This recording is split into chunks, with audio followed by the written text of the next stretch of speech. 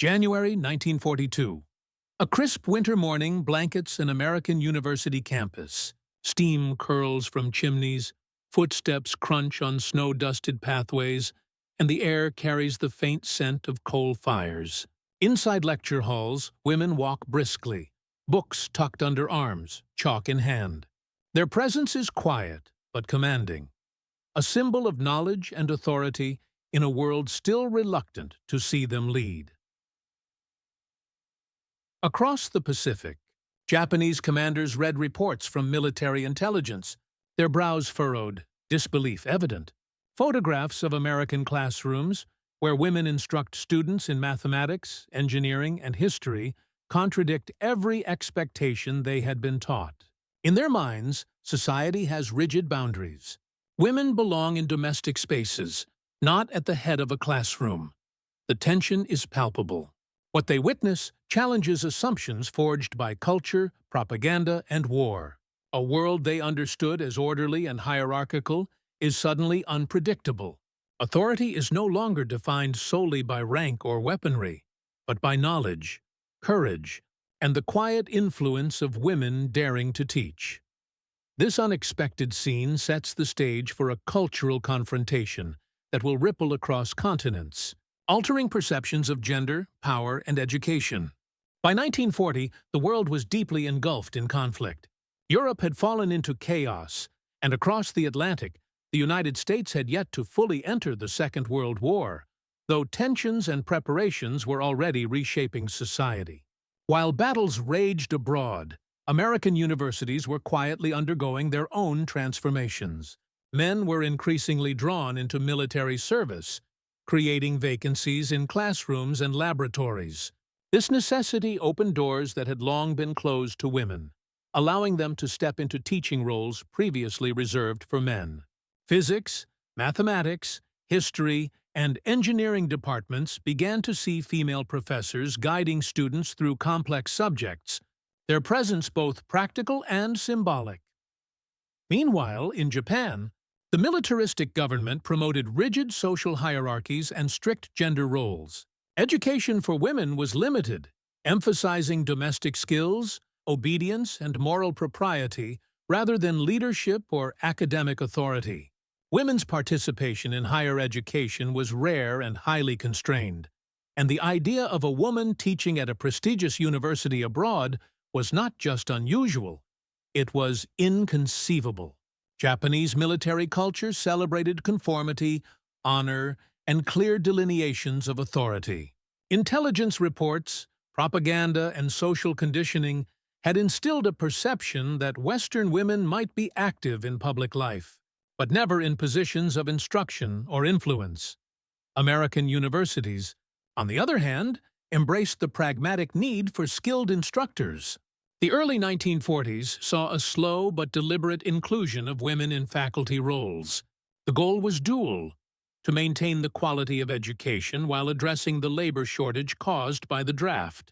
Universities like Columbia, Harvard, and the University of Chicago opened laboratories, classrooms, and lecture halls to women who had earned advanced degrees, often facing decades of barriers to recognition.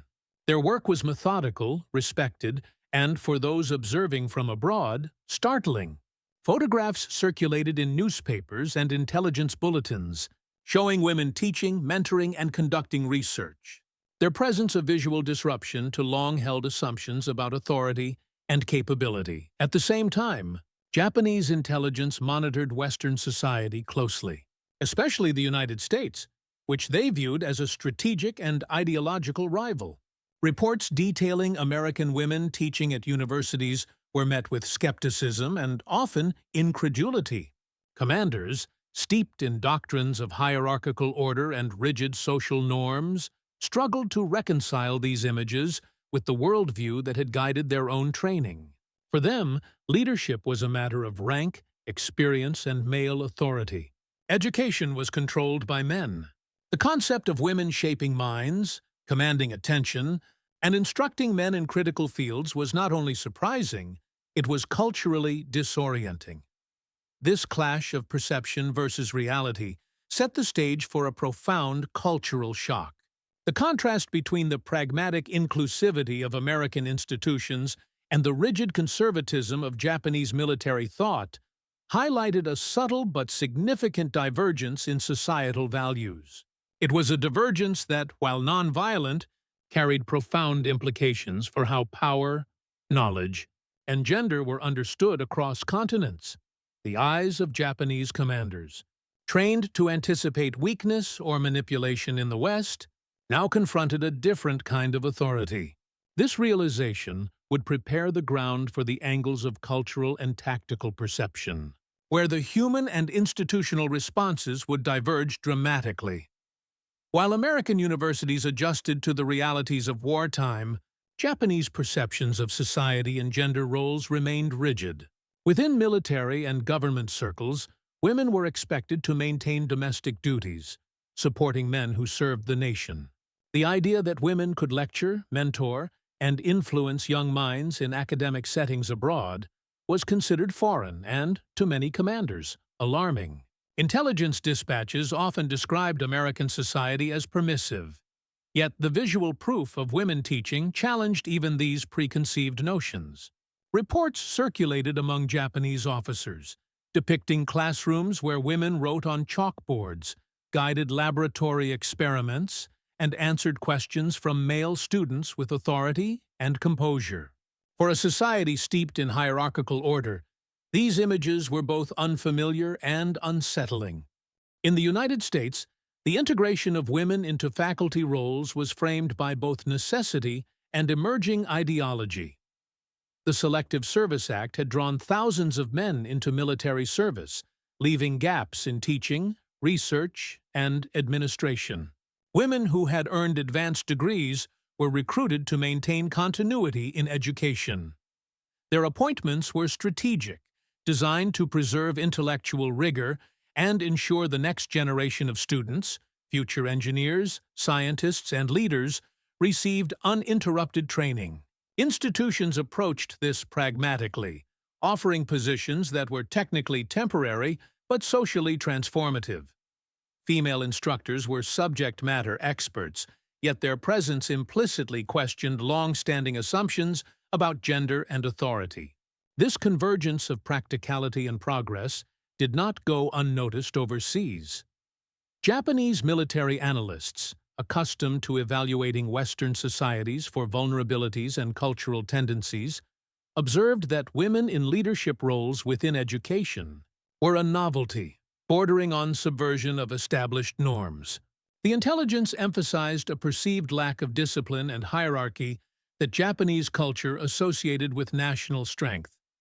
For commanders trained to read weakness in deviation from tradition, these images produced cognitive dissonance. The classroom, a place of learning and order in the American context, appeared to Japanese observers as an anomaly, an unconventional source of influence that could not be ignored. Moreover, American universities served as centers of both academic and ideological resilience. They were spaces where ideas, research, and debate thrived, even as the world descended into global conflict. Women professors became part of this fabric, contributing to wartime research projects, mentoring male and female students alike, and solidifying the perception that knowledge and competence were not the exclusive domains of men. This reality directly contrasted with Japanese propaganda, which depicted women as passive, obedient, and outside the spheres of public decision-making. The presence of women in classrooms became, for Japanese commanders, both a symbol and a warning. Authority could be exercised outside traditional hierarchies, and influence was not necessarily tied to militaristic rank. By late 1941, reports of American women teaching at universities reached the highest echelons of the Japanese military. Commanders, conditioned to expect weakness or distraction from non-military actors, were forced to confront a nuanced reality. The enemy's intellectual and social structures were adaptive, inclusive, and increasingly resilient. The contrast between American pragmatism and Japanese rigidity illuminated broader differences in cultural and institutional flexibility. These observations set the stage for the dual perspectives that would define the story: the astonishment of Japanese commanders and the pragmatic, strategic vision of American institutions. Both sides would perceive the same events through vastly different lenses, creating a collision of expectations that highlights the unexpected twist in history. For Japanese commanders in 1942, the notion of women teaching at American universities was not merely surprising, it was disorienting. Military training, cultural doctrine, and decades of propaganda had ingrained a strict hierarchy in which men exercised authority, while women maintained domestic or supportive roles. Intelligence reports, photographs, and newspaper clippings depicting female professors at the head of classrooms challenged every assumption the military had cultivated. To commanders who measured national strength by discipline and conformity, these images suggested a society capable of defying traditional expectations without consequence. Officers pored over reports with furrowed brows. A photograph of a woman lecturing in a physics laboratory prompted commentary in high-level memos. Authority exercised without rank. Discipline maintained outside military hierarchy. Unfamiliar, yet effective. For soldiers and leaders who associated influence with command and uniform, the very idea that a woman could guide, instruct, and earn respect from men in a public and intellectual setting appeared anomalous. This was more than social novelty. It was a challenge to their understanding of societal order. The commanders' reactions were compounded by the wartime context. Japan was fully engaged in expansion across East Asia and the Pacific. Nationalistic messaging emphasized strength, obedience, and unity under male leadership. Women were seen as nurturers, teachers of morals, and supporters of family, rather than architects of knowledge or influencers of future leaders. That the United States allowed women to instruct in critical fields, mathematics, engineering, sciences, suggested an adaptability and pragmatism the Japanese military had not anticipated. It introduced cognitive dissonance, a society that appeared permissive, yet remained powerful and disciplined. Historical accounts indicate that Japanese officers discussed these developments in internal memos and meetings. One noted the psychological impact. Observing women in positions of authority created a subtle but undeniable impression that American society could operate outside rigid hierarchies while maintaining effectiveness. For commanders accustomed to associating leadership exclusively with rank and uniform, the reality was both perplexing and, in some ways, threatening. It suggested that influence could exist without coercion, authority without threat, and competence without traditional validation. This perspective was not limited to curiosity or admiration. Commanders also interpreted these developments strategically. If women could teach, mentor, and shape the minds of future engineers, scientists, and military leaders, the United States was cultivating an intellectual resilience that transcended gender norms. The implications were clear. A society capable of embracing adaptability in education could produce innovation, analytical skill, and problem-solving capacity at a scale difficult to anticipate. The classroom became, in Japanese eyes, an extension of societal strength, wielded in ways that defied conventional military logic. Amid this astonishment, commanders were forced to reconcile deeply held beliefs with new realities. Their worldview, structured, hierarchical, and male-dominated, was confronted by images of American classrooms where women's authority was normalized and respected. The clash was subtle yet profound, an acknowledgement that societal power could manifest outside traditional martial or gendered frameworks. This awareness prepared the ground for broader cultural shocks, where the convergence of education, gender, and national strategy would reshape perceptions on both sides of the Pacific. The stage was now set for the American perspective, where pragmatism, necessity, and ideology combined to make women teachers an integral part of wartime academia. While Japanese commanders wrestled with disbelief, American universities approached the inclusion of women as a practical necessity interwoven with evolving social ideals.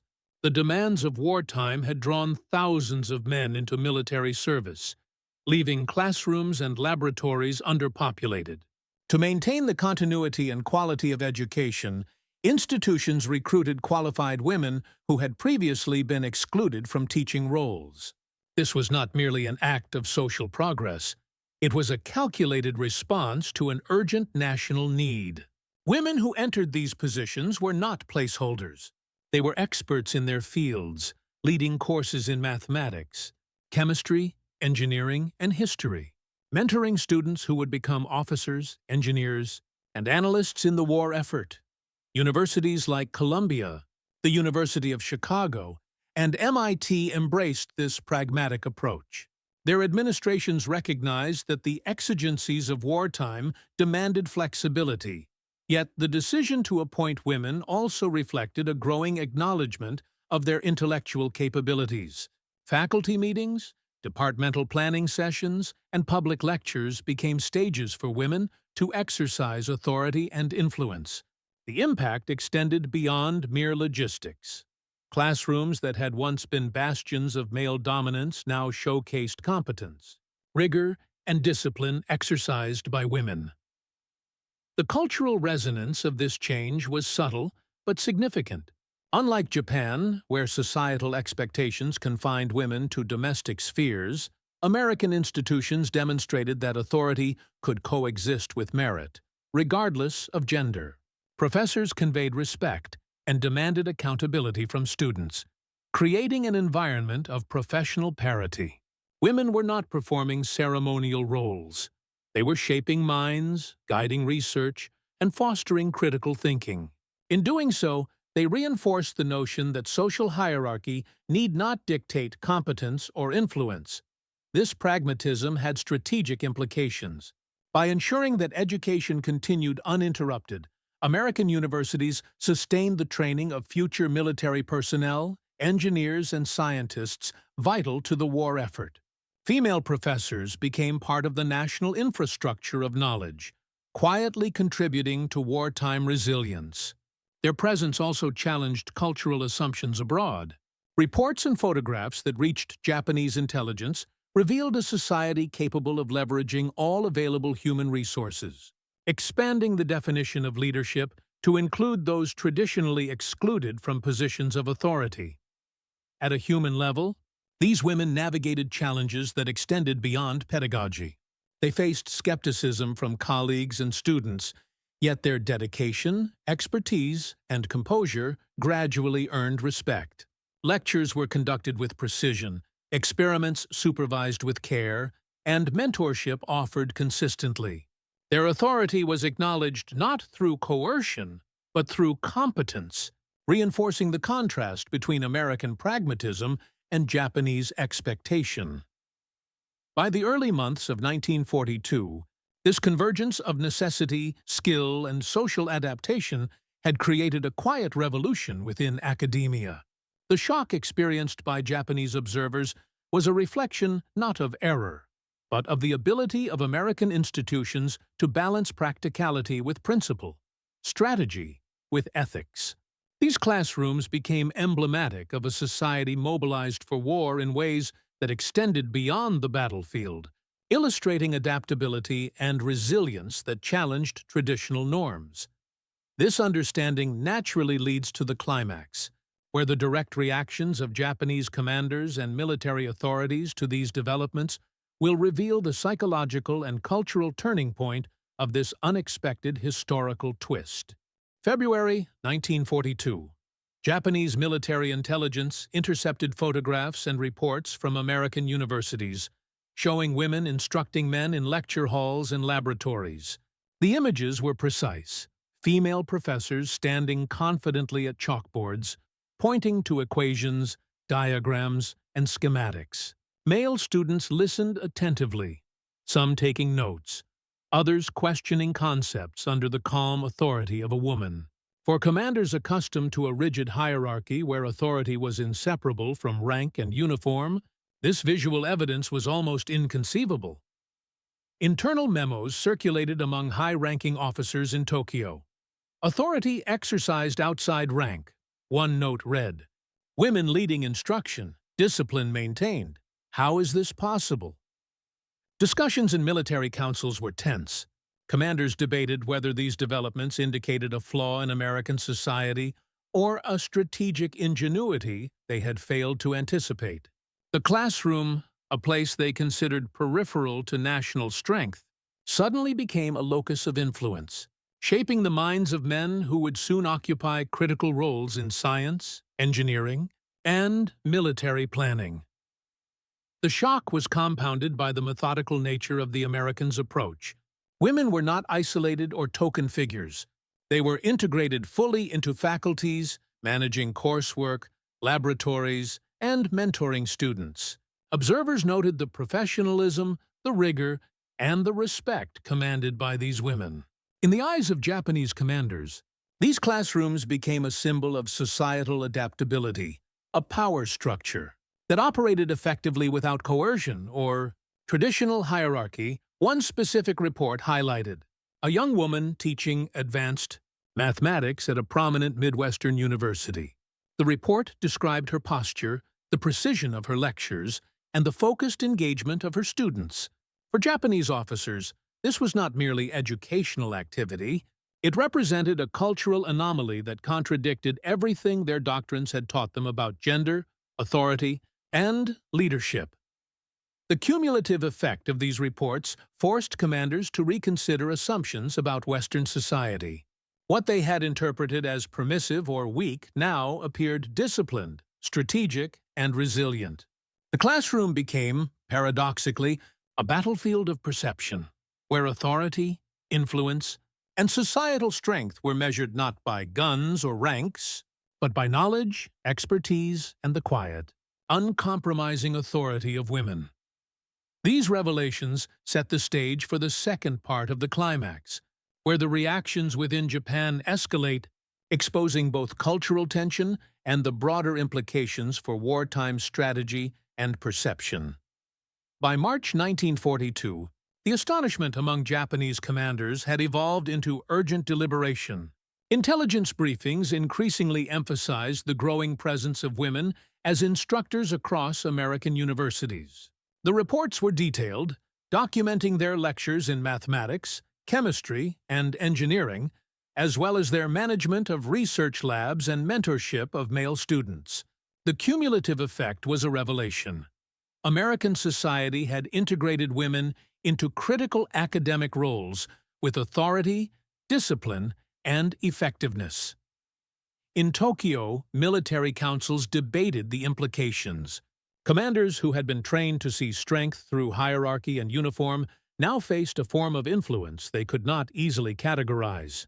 The ability of women to educate and lead without coercion suggested a societal flexibility that Japanese doctrine had historically dismissed. One senior officer remarked in a confidential memo, "They wield authority without rank, yet order is preserved. The structure is unfamiliar, yet resilient." Such observations challenged long-held beliefs about leadership, control, and societal organization. The psychological impact on the Japanese military mindset was profound. Commanders recognized that these women were shaping the next generation of American engineers, scientists and officers, individuals who would directly contribute to wartime strategy, innovation, and logistics. Authority in this context was divorced from conventional military hierarchy. The classroom had become a force multiplier, producing competence and leadership in a manner both subtle and enduring. Historians later noted that this realization forced Japan to reassess assumptions about Western adaptability. Where Japanese doctrine emphasized strict conformity and male dominance, American pragmatism embraced merit and necessity. Women, once confined to domestic roles, were now shaping knowledge, influencing strategy, and embodying societal resilience. The classroom, silent and methodical, contrasted starkly with the chaos of battlefields. Yet its strategic significance was undeniable. By the end of this period, Japanese commanders were compelled to acknowledge a new dimension of American strength.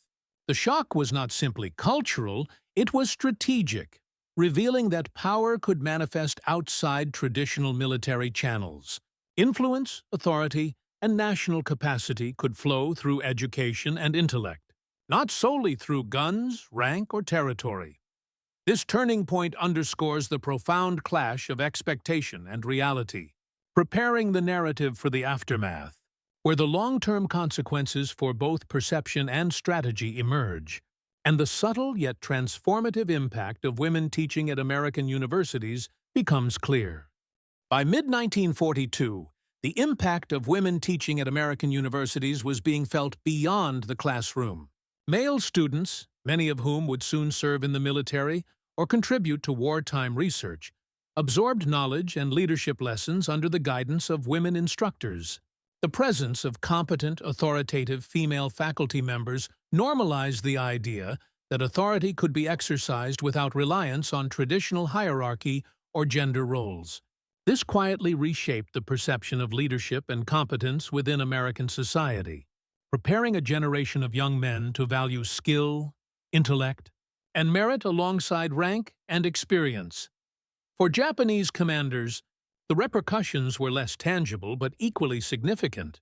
Reports continued to arrive from the United States, emphasizing not only the quality of instruction but the organizational discipline maintained by these women. What initially seemed a curiosity now appeared as a structural advantage. Japanese intelligence recognized that the integration of women into critical academic roles enhanced the resilience and adaptability of American institutions. By training men in technical and strategic fields with authority and precision, these women were contributing indirectly to the war effort, strengthening the enemy's capacity in ways that were neither overt nor immediately visible. The psychological impact on Japanese military culture was profound. Commanders confronted a reality that contradicted every lesson learned from their own doctrine. Influence could exist outside the confines of rank, uniform, and masculine authority. The classroom became a symbolic battlefield, where cultural expectations and operational effectiveness intersected. Analysts noted that American society's flexibility allowed it to mobilize talent across genders, whereas Japanese rigidity limited the scope of human resources that could be effectively utilized. Meanwhile, American universities continued to document the performance and impact of women instructors. Institutional reports highlighted higher engagement, improved retention in technical courses, and successful mentorship programs. These developments reinforced the perception among policymakers that integrating women into critical educational and professional roles was both necessary and beneficial for national strength. The combined effect of these shifts on students, institutions, and foreign observers underscored a subtle yet strategic advantage. Whereas Japanese commanders had prepared for a world defined by rigid hierarchies and predictable social norms, they were confronted with a society where adaptability, inclusivity, and competence reshaped authority itself. As 1942 progressed, the implications of American women teaching at universities extended beyond individual classrooms and Japanese astonishment. Within the United States, the precedent set during the war years solidified a reevaluation of gender roles in education and professional life. The success of female instructors proved that authority, expertise, and leadership were not inherently tied to gender. Male students who had trained under women professors carried forward a nuanced understanding of competence, one that valued skill, mentorship, and intellectual rigor alongside traditional notions of hierarchy. This subtle transformation rippled through academic and military circles, influencing both wartime problem-solving and post-war professional culture. From the Japanese perspective, these developments crystallized a recognition of American adaptability as a strategic advantage. Commanders acknowledged that the effective integration of women into the educational system enhanced societal resilience. By cultivating talent without regard for gender, the United States expanded its pool of skilled professionals, ensuring continuity in research, innovation, and leadership even as the war claimed a significant portion of its male population. For Japanese military planners, this contrasted sharply with the domestic rigidity of their own institutions, highlighting the limits of hierarchical, gender-restricted systems during total war. Intelligence analyses suggested that the presence of women instructors had indirect yet tangible consequences on the war effort. Students trained under female faculty contributed to critical projects in engineering, logistics, and scientific research. Their preparedness, shaped in part by women-led instruction, influenced developments ranging from weapons design to strategic planning. Japanese commanders, observing the results of this preparation from afar, were forced to acknowledge that societal flexibility could translate into operational effectiveness. Authority and influence, when exercised through intellect rather than coercion, proved both sustainable and impactful. Culturally, these events planted seeds for post-war change. The astonishment experienced by Japanese commanders became a documented reflection on societal norms, demonstrating that leadership could manifest in unexpected ways. Within the United States, the wartime integration of women in academia accelerated discussions on equality, access, and capability, contributing to long-term shifts in educational policy and professional expectations. By the end of the war, the seemingly minor decision to allow women to teach at universities had created a layered impact. It reshaped student perceptions, enhanced national resilience, and challenged foreign observers' assumptions about authority and societal strength. The consequences, both psychological and structural, underscored a larger historical truth. In times of crisis, adaptability, intellect, and merit could redefine power itself. The story of Japanese commanders' astonishment at women teaching at American universities is more than a historical footnote. It is a testament to the quiet, transformative power of adaptability. In classrooms across the United States, women exercised authority, expertise, and mentorship at a time when global conflict demanded every available resource. Their presence challenged cultural norms, shifted perceptions, and demonstrated that competence and leadership were not bound by gender, uniform, or rank. For Japanese observers, the lesson was striking. The rigid hierarchies and prescribed roles of their own society contrasted sharply with the flexibility and pragmatism they witnessed abroad.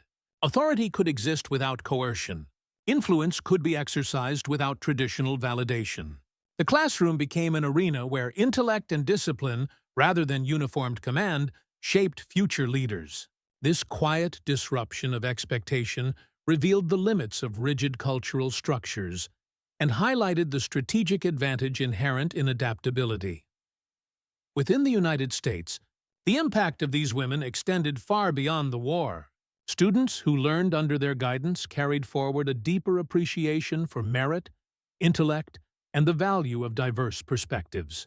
The integration of women into teaching roles demonstrated that crisis could accelerate social progress, creating new norms while strengthening institutions. It was a measured yet profound act. The preservation of knowledge, the cultivation of leadership, and the reshaping of societal expectations, all achieved without spectacle or fanfare. In a broader sense, this historical moment illustrates a timeless truth about human societies. Power and influence are not solely defined by force or hierarchy.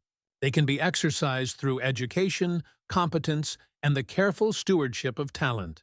Even amid the chaos and destruction of war, systems that value adaptability, skill, and inclusivity can thrive, leaving a legacy that endures long after the battlefield has quieted. Ultimately, the astonishment of Japanese commanders and the steady authority of American women professors converge into a singular reflection. History's unexpected twists often reveal the quiet, resilient power of intellect and human ingenuity. In a world consumed by conflict, the lesson remains clear: empathy, adaptability, and competence can reshape perceptions, challenge assumptions, and leave a lasting imprint on both society and the course of history.